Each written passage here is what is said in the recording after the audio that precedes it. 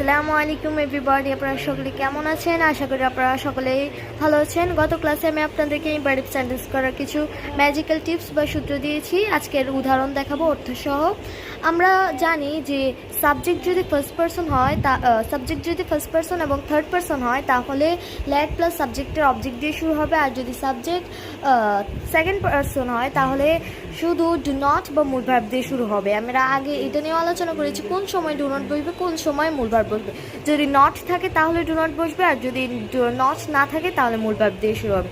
So আমরা এখন উদাহরণগুলো দেখে নেই। মাতা পিতাকে ভক্তি করো, রেসপেক্ট ইউর প্যারেন্টস। এটা কিন্তু রেসপেক্ট ইউর প্যারেন্টস, দেখেন রেসপেক্ট মূল ভার্ব দিয়ে শুরু হয়েছে। সর্বদা সত্য কথা বলবি, অলওয়েজ স্পিক দ্য ট্রুথ, এটাও মূল ভার্ব দিয়ে শুরু হয়েছে। অপরের নিন্দা করিও না, do not speak ill of others, এটাও ডু নট দিয়ে শুরু হয়েছে। এটাও কিন্তু ইম্পারেটিভ সেন্টেন্স, ডু নট দিয়ে শুরু হয়েছে। ডু কিন্তু ভার্ব। বালকটিকে বাড়ি যাইতে দাও, let the boy go home, let the boy go home, let plus subject object দিয়ে শুরু হয়েছে। দয়া করে কলমটি দাও, please give me the pan, please give me the pan. সময় নষ্ট করে না, ডু নট ওয়েস্ট টাইম। দুষ্টমি করেও না, ডু নট বি নাটি।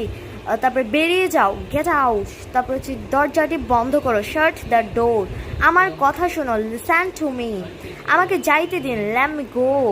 বাহিরে যাইও না, ডু নট গো আউট। দেখেন এখানে যতগুলো আছে সবগুলাই কিন্তু মূল ভার্ব ডু নট বা লেট প্লাস সাবজেক্ট অবজেক্ট দিয়ে শুরু হয়েছে। সো এগুলো ইম্পারেটিভ সেন্টেন্স। দেখেন উপরে হেডলাইনও দেওয়া আছে, এগুলো হচ্ছে ইম্পারেটিভ সেন্টেন্স। আমার ক্লাস এই পর্যন্তই। আপনারা ভালো থাকবেন, সুস্থ থাকবেন। আসসালামু আলাইকুম।